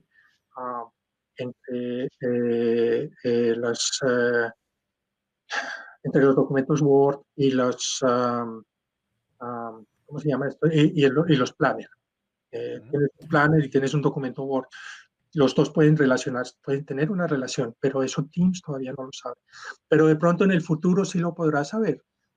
Si extrapolan esta idea de que la información es en todas partes, información, y que hay relación entre la información de todas partes, de pronto lo podrán hacer. En cualquier caso, y también, ¿cuál es el futuro de SharePoint? O sea, es una pregunta que nos venimos haciendo desde hace ya bastantes años. ¿Qué va a pasar con SharePoint? SharePoint es un contenedor de información, pero la interfase de SharePoint, a pesar de que Microsoft la ha mejorado mucho en los últimos años, la interfase de SharePoint sigue siendo miserable. Teams es un primer intento de hacer que la interfase de SharePoint sea un poquito más amigable. Y en Teams aplicaron ciertos conceptos de manejo de información que desde hace años le estamos diciendo a Microsoft que tiene que hacer. Content types. ¿Quién sabe qué empleado normal del mundo sabe en este momento o ha sabido en los últimos 20 años qué es un content type? Llevamos 20 años diciéndole a la gente tiene que usar content types y si pone en una librería, pone una factura, use el content type de factura, no use el content type de oferta. Nada, eso no lo entiende nadie. La gente es meter ofertas y facturas en la misma librería y jódanse el resto. Lo que hace Teams es, en cierta forma, decir, ocultar a SharePoint y dejarlo como un motor de información detrás y ponerle la cosa mucho más sencilla a la gente. Hay una librería que se llama Files y meta toda la cantidad de documentos que usted quiera, métala allá. Y si quiere ponerlo en folders, es su problema, lo puede hacer. Pero content types no existen en Teams, por ejemplo. ¿Es un gran problema? No. Toda la gente usa el files de Teams de una forma intuitiva, sin ningún problema, y la información está ahí y la vuelven y la encuentran. Sobre todo ahora que la máquina del motor de búsqueda de Teams empieza a funcionar bien. Todo esto es, de regreso a la parte de inteligencia artificial, es cómo podemos hacer un sistema que sabemos que es bueno, que es eficiente en lo que tiene que hacer, que es mantener información segura y buscable y con ciertas otras características, cómo podemos hacerla que sea más usable para la gente. Si Project Cortex o Project Syntex serán un éxito, ya lo veremos dentro de algunos años. Probablemente van a encontrar un nicho por allí de alguna gente que le parece interesante. Lo mismo que Yammer. Hay gente que le parece muy interesante Yammer. Hay otros que dicen esto no tiene ningún sentido. No te vamos a preguntar porque no te queremos embarrar. Sí, sí. Ha quedado claro para oyentes inteligentes. Ya, no, es lo mismo con, ¿cómo se llamaba Infopad? ¿Se acuerdan de Infopad? ¡Ay, cómo me gusta Infopad! No digas Infopad con Sergio delante nunca, por favor. Me tiré 2 años probando el Infopad y yo lo conseguí hacer funcionar. Yo reivindico un Infopad bien hecho. Sin XML, por favor. O sea, era una buena idea. Infopad, todo XML. Y era bonito para hacer formularios, no era feo, era Word. O sea, podías hacer formularios muy bonitos. Era una buena idea con una ejecución terrible. Y como ejemplos de estos hay cientos. O sea, ¿alguien se acuerda de SharePoint Designer, por ejemplo? Yo tengo un compañero y si lo quita se muere, pero sí. Pues qué pena, pero se va a morir porque SharePoint Designer afortunadamente ya es historia de dinosaurios. Entonces, todas estas tecnologías encuentran su nicho por allí en alguna parte donde son útiles, donde la gente tiene cierta ventaja de utilizarlas y el resto desaparece o está ahí pero no se utiliza. Probablemente eso mismo va a pasar con Cortex y con Syntex. Dentro de unos 5 o 6 años lo verán ustedes porque yo ya no voy a verlo. A la línea de flotación de Cortex. Yo creo que has dicho algo muy clave, Gustavo. En SharePoint intentábamos obligar a los usuarios de alguna forma a que clasificasen los contenidos, ¿vale? Con tipos de contenidos, metadatos y demás. El éxito pasaba con que eso fuese lo más automáticamente posible, porque el usuario normalmente lo que quiere es soltar el documento y ponerse a hacer otra cosa, no clasificar el documento. Y hacíamos workflow y hacíamos un montón de cosas. ¿No crees que con Cortex Microsoft lo que está intentando es que los usuarios no tengan que clasificar los documentos y que haya una inteligencia artificial que los clasifique? La ventaja que nos da Teams es que el usuario deja de utilizar carpetas compartidas y empezamos a tener documentos en SharePoint. Pero necesitamos clasificar esa información. Entonces entiendo que Cortex, Syntex o todo lo que pueda salir de Project Cortex está buscando ese objetivo, ¿no? Correcto, es muy correcto lo que dices, Alberto, y es algo que yo me acuerdo hace 12 años, 13 años, yo estuve trabajando en Shell, en la petrolera holandesa, y trabajé en el grupo de arquitectos, en un subgrupo del grupo de arquitectos que estaba dedicado a pensar qué iba a ser colaboración dentro de 5 años y dentro de 10 años. De tal forma que Shell tiene tenía en ese entonces la segunda implementación de SharePoint más grande del mundo, después de la de Microsoft. Entonces eran, yo qué sé, 200.000 empleados con terabytes y terabytes y terabytes. ¿Cuántos frontales tenía eso? ¿Cientos? ¿Cuántos qué? ¿Cuántos frontales tenía eso? ¿Te acuerdas? Yo me acuerdo que nadie sabía cuántas bases de datos había, porque era todo en on-prem. Y yo pregunté alguna vez a los administradores cuántas bases de datos había y nadie sabía porque se creaban dinámicamente ellas mismas. Era una PostgreSQL Collection, ¿no? O sí, ¿no? O sí, de memoria. Eso eran cientos y cientos y cientos de servidores. Eso era un monstruo. En todo caso, en el grupo la tarea del grupo era simplemente sentarse a especular. ¿Qué va a hacer colaboración y cómo va a trabajar la empresa en colaboración dentro de 10 años? Y una de las cosas con la que salíamos siempre era la gente no quiere ponerse a decir, este es un documento relacionado a ofertas con Nigeria y sobre petróleo, refinación de petróleo. Eso a la gente le interesa 3 cojones, perdónenme la expresión. La gente hace todo un documento y lo pone en una librería y se olvida de él. ¿Cómo podemos hacer para que esa información que está dentro del documento sea encontrable con el motor de búsqueda, sea clasificable con los sistemas de SharePoint, de clasificación de confidencia? ¿Cómo se llama esto? De clasificación de que es un documento es confidencial o confidencialidad. ¿Cómo podemos hacer? Confidencialidad en Office, en SharePoint puedes ahora poner un montón de cosas de confidencialidad que nadie lo hace. Syntax lo hace por sí mismo y eso es el camino indicado a hacerlo.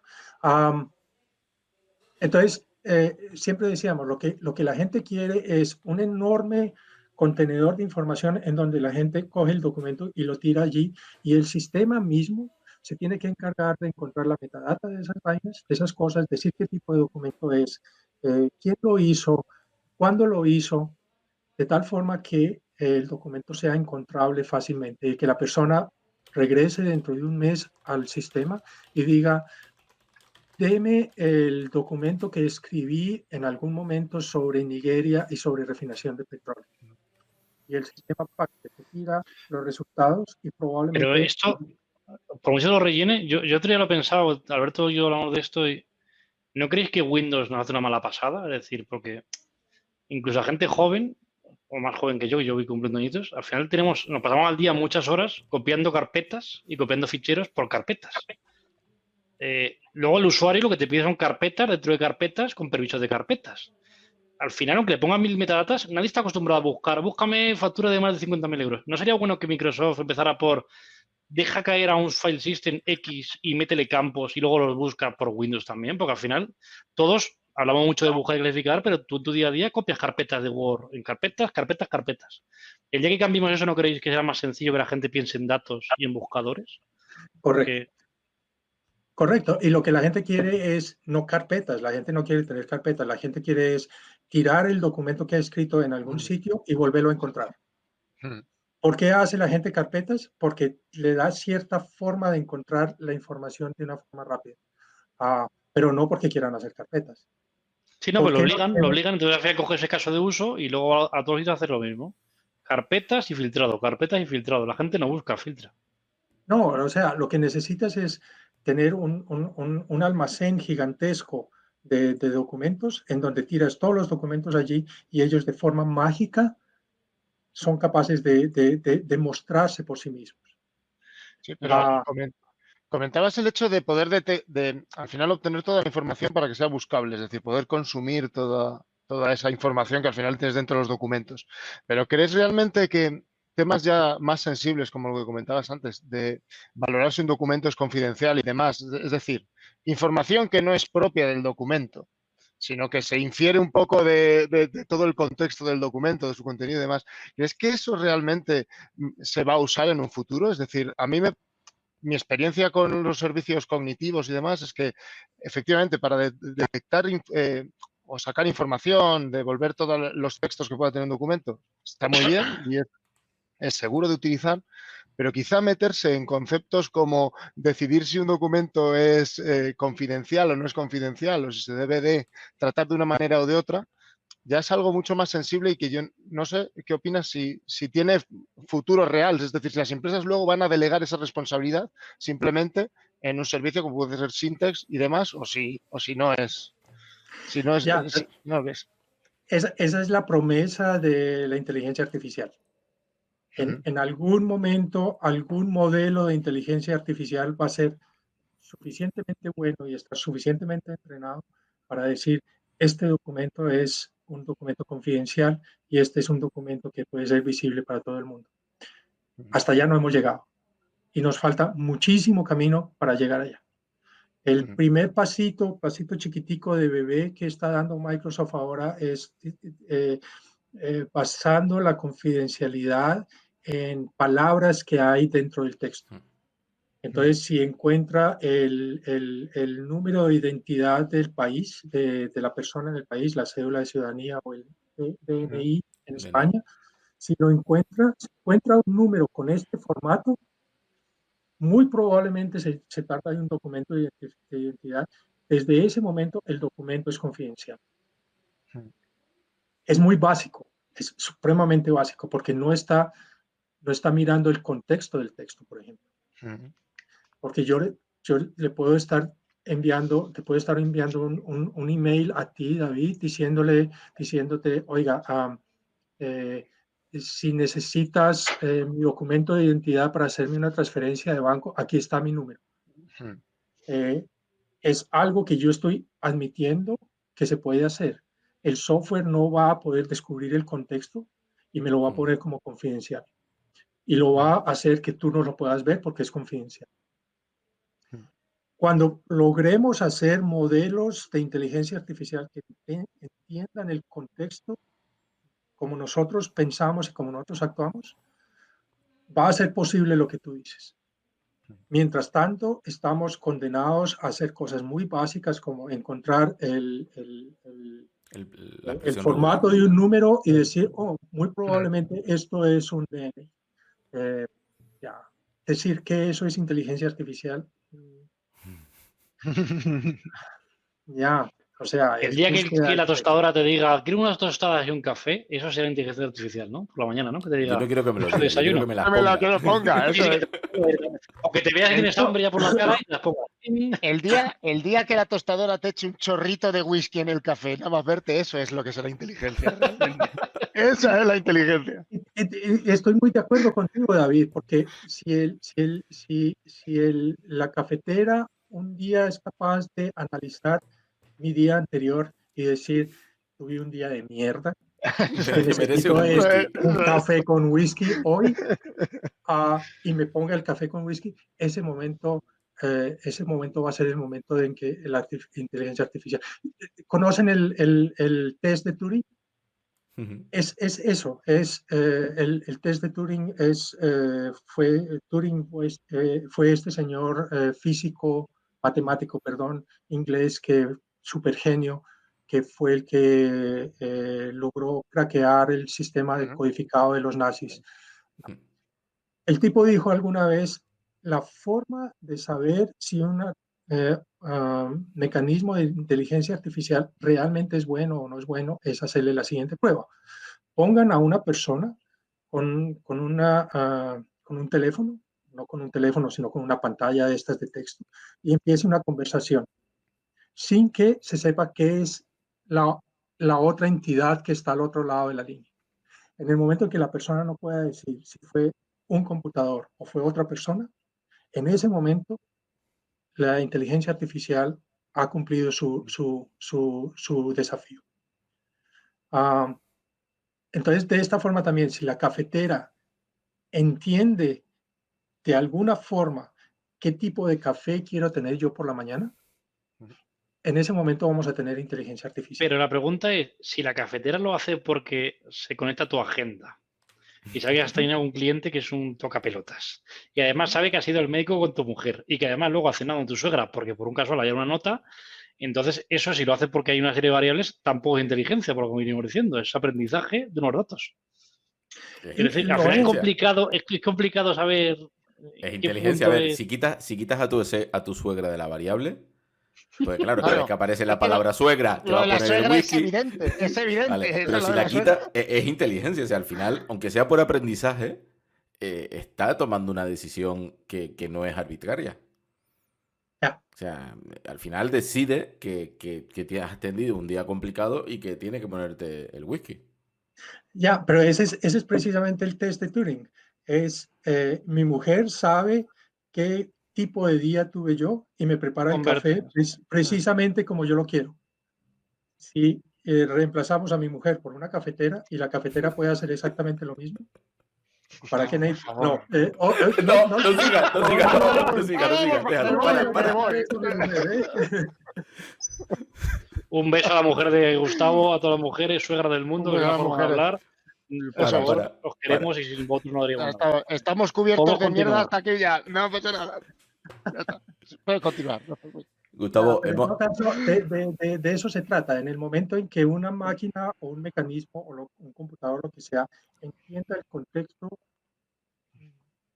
de vida en el que nosotros nos movemos y entienda cómo vamos a reaccionar o cómo reaccionamos o cómo pensamos o cómo intuimos, en ese momento vamos a tener inteligencia artificial y en ese momento el documento de Word va a ser capaz de determinar por sí mismo si es confidencial o no es confidencial.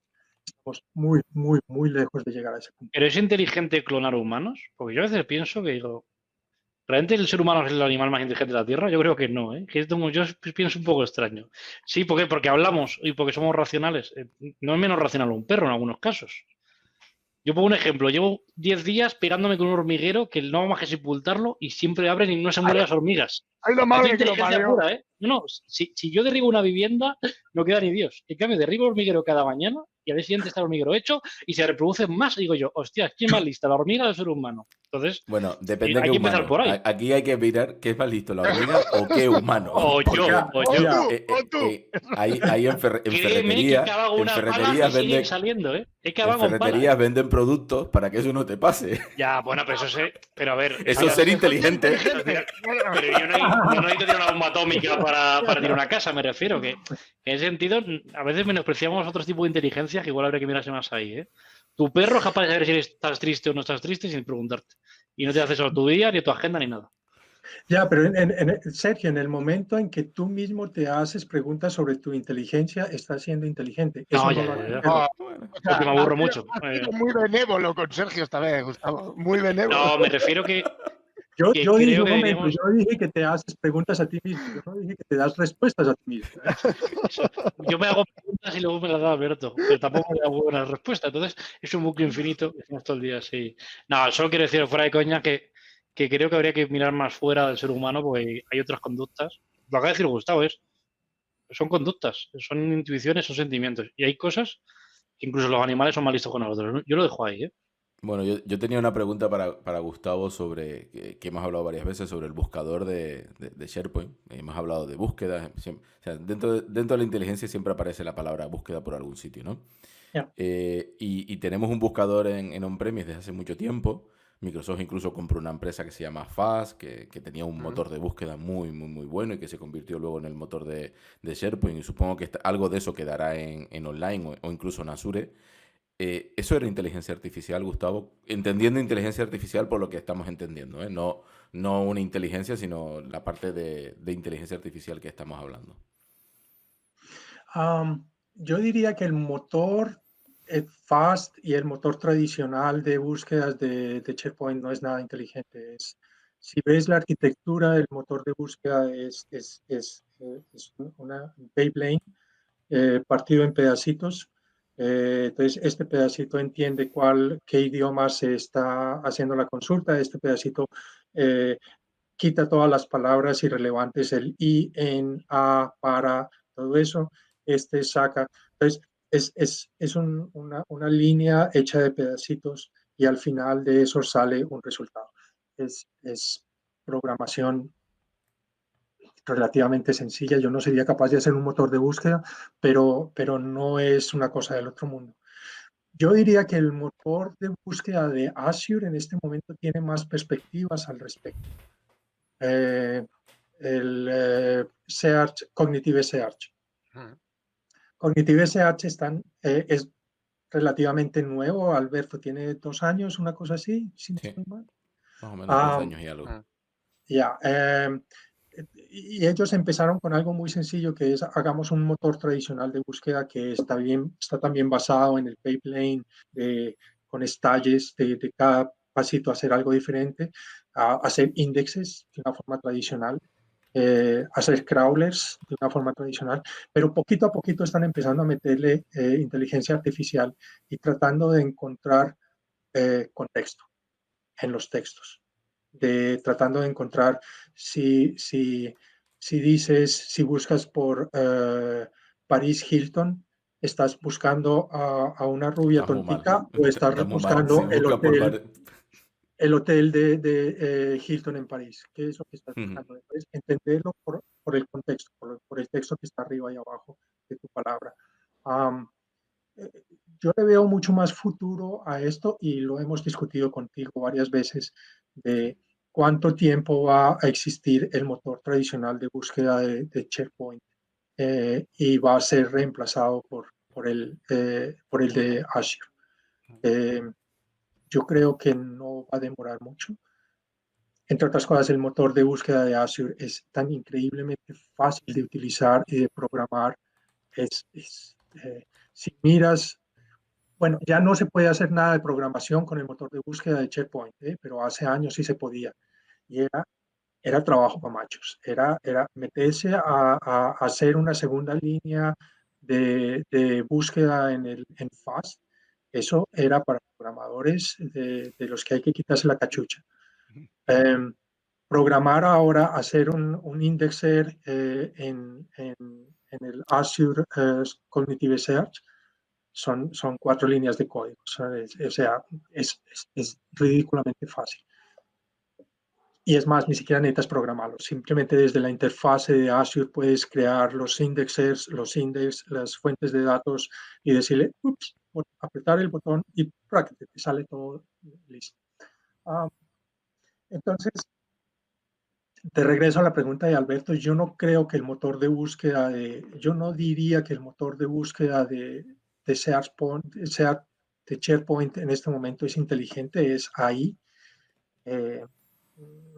Diría que no. Es suficientemente bueno para lo que tiene que hacer, que es buscar dentro de documentos. Los crawlers son eficientes, son completos. Normalmente un crawler de Google, por ejemplo, o de Bing, lee las primeras 10 líneas de un texto y después coge pedacitos por aquí y por allá y después de la segunda página no lee nada más. Los crawlers de SharePoint se leen el documento completo y lo indexan completamente.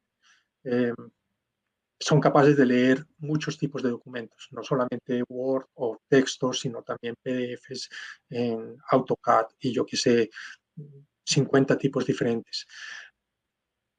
Yo diría que el motor de búsqueda de SharePoint es lo mismo que es SharePoint. Es un mecanismo, es un software confiable, bueno en lo que tiene que hacer, eficiente y no más.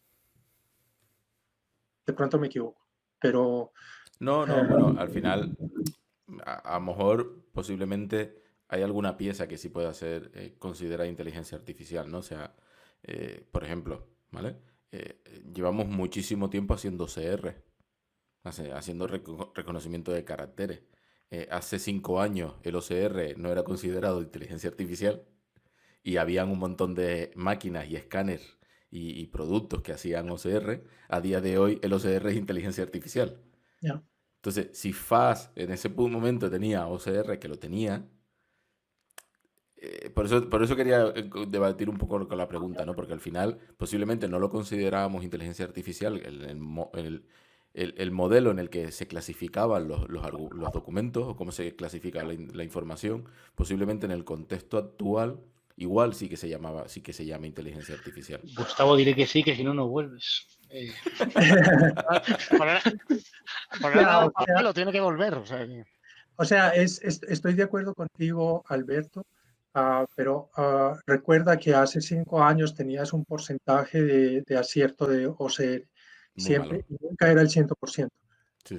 Porque si le das documentos impresos de Word, te reconoce absolutamente todo. Pero si yo me acuerdo en alguna de las conferencias que yo di en España hace 2 años o 3 años, que cuando yo empecé a hablar sobre los Cognitive Services de Azure, cómo utilizarlos dentro de SharePoint, me acuerdo que mostraba el OCR de Cognitive Services y lo mostraba con ¿se acuerdan del texto con el que empieza la película de Star Wars? Que es un texto que es como una pirámide, así, y que va disminuyendo hacia atrás. No, yo pasaba una imagen con el texto horizontal, todo en toda la imagen, y lo reconocía al 100%. Lo pasaba con una imagen como es en la película y no reconocía nada. Ahí es donde tienes que meter inteligencia artificial en el OCR. Si eres capaz de encontrar las cosas que son diferentes y de poderlas leer de todas formas. En este caso es que el font, el tipo de letra te cambia de tamaño, cada vez se vuelve más grande, más grande, más grande, sin que tu modelo matemático se vuelva loco. Ahí estás haciendo algo bueno. Me acuerdo también de un ejemplo en el que las palabras estaban separadas por un punto y le pasabas esto al OCR y el OCR no entendía absolutamente nada. Pasabas el mismo texto en lugar de puntos, espacios y te entendía todo. Ahí es donde está la parte de inteligencia del OCR moderno, digamos. Por el otro lado, reconocimiento de escritura a mano. Eso es un trabajo que es que lo hace el Cognitive Services de Azure, lo hace relativamente bien. David tiene ahí una experiencia con el idioma español y el handwriting que... Sí, es complicado. Yo sí que creo que ahí es donde sí realmente se demuestra si el OCR es un servicio cognitivo realmente. En el caso, comentabas tú lo del tema de la fuente de Star Wars y demás, pero en el caso del manuscrito es donde realmente sí que funciona relativamente bien, pero es donde realmente puedes valorar si realmente el OCR es un servicio cognitivo como tal, o si no es más que un disparador para crear toda esa información que luego realmente van a consumir todos los Pero notas. es un poco cabrones, porque yo no soy capaz de leer la letra de un médico, por ejemplo. Claro, Ya pero es por el problema de inteligencia que estábamos hablando en el tema anterior. Es lo de las hormigas. Y ahora me jodas, Alberto, que Lo de las hay hormigas. un médico que pone ahí, haz análisis de sangre, no sé qué, te lo dice, luego lo lees y digo, pues no sé, pero peor de todo es que se lo das a la enfermera y sabe lo que pone. Lo cual hay cierta inteligencia medical ahí. Que no es jorobe que tampoco lo entiendes, ¿eh? Que en el supermercado venden un botito así que es mata hormigas también, que hay muchas soluciones. Ya Hay muchas soluciones inteligentes. Pero pues deja de decir algo serio para Gustavo, coño, me estoy jodiendo, ya le echamos aquí que nos va a matar la mujer. Sergio, te puedes conseguir el cañón proverbial para matar a la hormiga. Claro, pero es que esto es, si me vierais lo que he hecho, sí me llevo medio jardín y no, si no acabo con ellos. No vas a tener que replantar todo el césped del jardín. Sí, no, todavía no lo tengo, así que... No, yo a veces me planteo que si Microsoft no tiene que copiar un poco a Google, entiendo que Google yo creo que aprovecha muy mucho lo que hace. Es decir, o sea, me ha pasado 1000 veces que tú ves un vídeo en YouTube o ves algo con la cuenta de Google o ves un mail y luego vas a buscar en su buscador y te ofrece cosas impensables. Porque a lo mejor he visto un vídeo de Michael Jackson, pones Michael y ya sabe Jackson. Mira que hay habrá Michael en el mundo. Él ya sabe lo que estás usando de alguna forma. No digo que te vaya a escuchar como hay por ahí algún loco que seguramente también lo haga, pero sí que creo que aprovecha mucho sus propias aplicaciones para luego darte una conducta de búsqueda, ¿vale? Probarlo si queréis. A ver, tú me estás diciendo que no, pero es verdad, ¿eh? Tú te pones varios vídeos de un personaje famoso y luego pones Pepe y sabes que Pepe está buscando, porque asocia que quieres a Wikipedia a buscar lo que es ese señor. ¿No crees que Microsoft, con toda esta estrategia que está haciéndose para muchos productos y no unificar los datos, pierde mucha información? Porque yo al final puedo usar Office, puedo usar Teams, puedo usar Power Apps, a lo mejor puedo teclear algo en el Power App que luego voy a mi Dynamics y no está conectado ese dato. Creo que ahí es una mala conducta, volviendo a lo de antes, que creo que para poder buscar mejor SharePoint igual podía usar más datos de la conducta del usuario dentro del mundo de Microsoft. Porque tiene un montón de datos Microsoft. Outlook, cosas que no conectas realmente y que podría ayudarte a buscar pues, de tu RP a tu Dynamics, a tu SharePoint, de tu SharePoint a tu Teams. Yo creo que por ahí pierde mucha información, no sé. A lo mejor es por cómo se evolucionan los productos. Pero fíjate que lo está haciendo, Microsoft lo está haciendo. O sea, si usas el navegador de Microsoft, tienes en el motor de búsqueda, puedes buscar documentos que están en tu computador, que están en la nube y que están en la red. Los puedes buscar en los tres. También en el buscador de Word, puedes buscar por algo que está en PowerPoint o en Excel o en Word. Lo que pasa, el problema con Microsoft es que Microsoft se tiene que diferenciar comercialmente de Google y de Facebook. Y eso es un argumento muy importante para el enterprise, para las empresas grandes. La empresa donde yo trabajo, por ejemplo, no le interesa que la información de la empresa sea indexada por Microsoft. Por eso no se utiliza absolutamente nada de Google dentro de la empresa.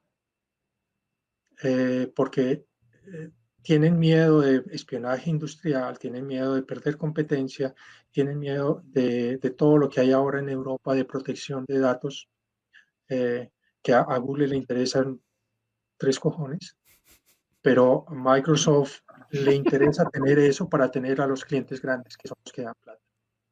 El modelo comercial de Google es otro. El modelo comercial de Google es vender propagandas basado en ese perfil que tienen de ti.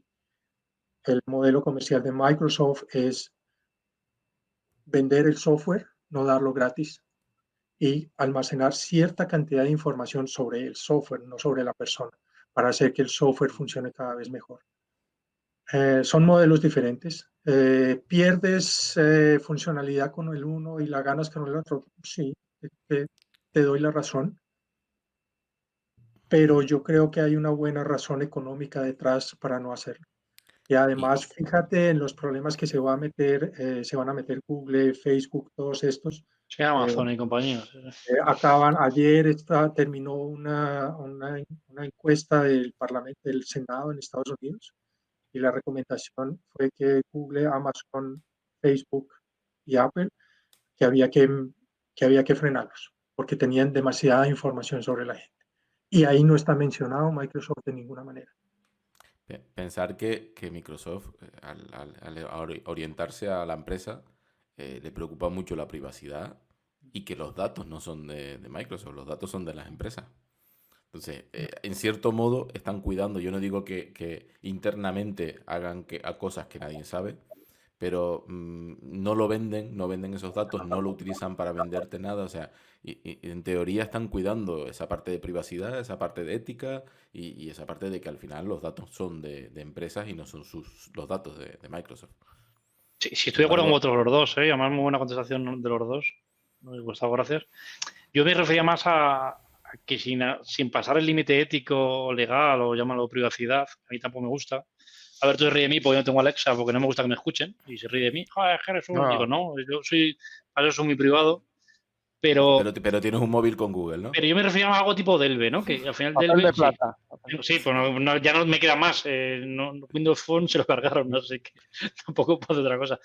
Pero Delve sí que hacía un poco así, ¿no? Que como te sugería o te hacía un perfil de que habías hecho tú y más o menos indagaba un poco. Decía eso a nivel de Microsoft como producto. Digo, coño, pues no estaría más poder conectar Dynamics con SharePoint con tu Azure, por ejemplo, y que ciertas aplicaciones ya tengas una información ahí interna, que no sé cómo se podría orquestar esto, es un rollo Sandbox o algo así, para que, digamos, tus sistemas aprendan unos de otros, ¿no? De que yo ya sé mi perfil de RP, yo sé que esa persona luego va a ir a buscar siempre el mismo tipo de documento a SharePoint y ya se lo ofrezca. Algo más o menos así que creo que... Ya hay cosas de esas, ¿eh? Ya hay cosas, y desde hace mucho tiempo. Pues si las hay que no las conozco, vamos, no sé cómo Alberto, estábamos hablando del motor de búsqueda de SharePoint hace un momento. El motor de búsqueda de SharePoint refina los resultados de la persona en base, uno de los factores es el perfil que hay de la persona en SharePoint mismo, de tal forma que cada persona tiene su propio perfil allí con preferencias, con skills, con proyectos que ha trabajado. Eso es parte del input para el mecanismo de refinamiento del motor de búsqueda. De tal forma que si tú buscas por algo y yo busco por lo mismo en SharePoint, vamos a tener resultados diferentes los dos, porque tus intereses y tus proyectos son diferentes a los míos. Entonces, eso ya existe en cierta forma, de una forma muy primitiva, porque no es una forma dinámica, es en base a la información que está en el perfil. Pero en cierta forma ya existe. Y por el otro lado, Cortex es en cierta forma lo que tú estás diciendo, Sergio, es aglomerar información sobre términos que hay regados por todo el tenant. De tal forma que haya relaciones, no solamente entre Word, en Excel, en PowerPoint, sino también entre la gente, entre los proyectos, entre las facturas, entre las ofertas, todo esté interrelacionado, de tal forma que la información no esté aislada, sino en contenedores, sino que tengan un sentido colectivo. Esa es una de las cosas que Cortex quiere hacer. Si lo van a lograr y si lo que logran, si el resultado es realmente interesante para los usuarios, eso lo veremos dentro de unos años. Pero Cortex sale también de SharePoint, va Teams y esto, o sí. Va también, ¿no? Sí, Cortex se supone que está construyendo un grafo entre todo el contenido que hay en Office 365, en Microsoft 365, para tener relacionado todo el contenido. Fijaros la dificultad de ese grafo, que además le tienes que aplicar el security trimming, o sea, los permisos del usuario. Sí, que lo pueda ver. Puede haber hasta infinidad de grafos, dependiendo del grupo al que pertenezca, de los roles que tenga, de los permisos que tenga, o sea que no lo veo fácil. No es trivial, sí, yo creo que es súper complicado, pero me parece... Pero puede ser hablando del buscador inteligente, creo que por ahí, vamos. Eso lo decía, ¿no? Tiene muchísimo potencial.